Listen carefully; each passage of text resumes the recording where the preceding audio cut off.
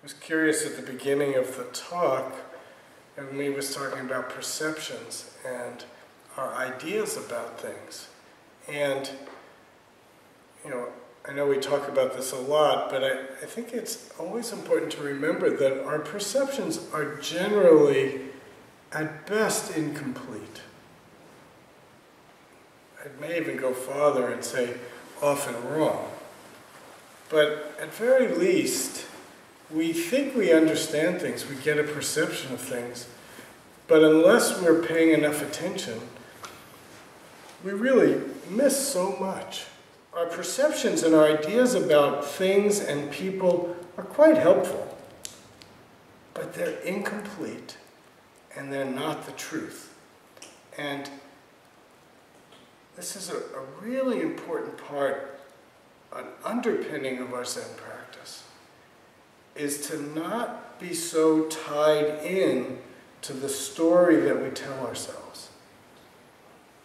And I think for me, and I think for many people it's true, with all the hours of meditation, if you are willing, and remember we practice with the base of don't know, if you're willing to not know, more and more evidence comes in. You're more present and aware and available to more information.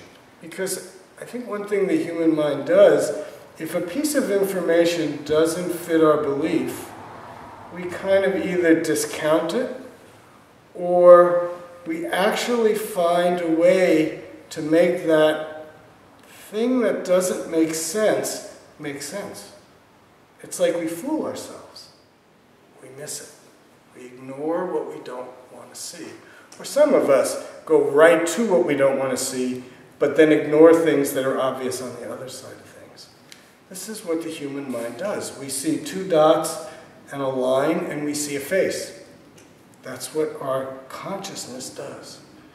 Zen practice is about understanding our own consciousness, becoming aware of what's true, being able to, as young me said, slow down enough, be present enough, and be, I don't mean this exactly, but be neutral enough. And I don't mean neutral in the way of not having feelings, but being like a good scientist and observing without trying to bias things.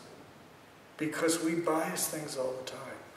So our practice helps us see our biases and have a strong enough center and an open enough heart to be able to free ourselves from the biases enough to see things as they are.